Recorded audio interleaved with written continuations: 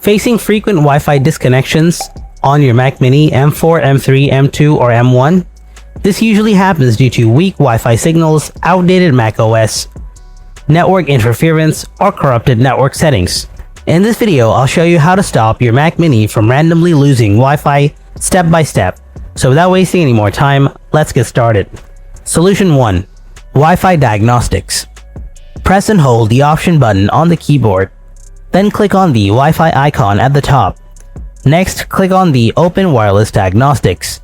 Then click Continue. Now, it will take some time to analyze.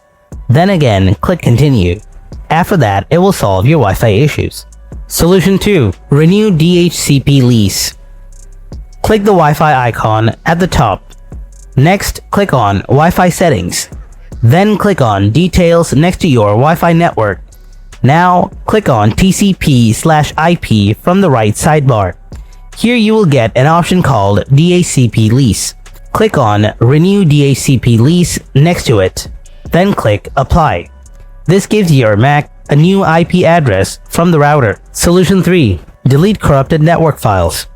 Click on the Go button from the top menu bar. Then click Go to Folder option below. Now here, write this prompt: /library/preferences/systemconfiguration/. Don't worry, I will give this prompt in the description. Then hit enter.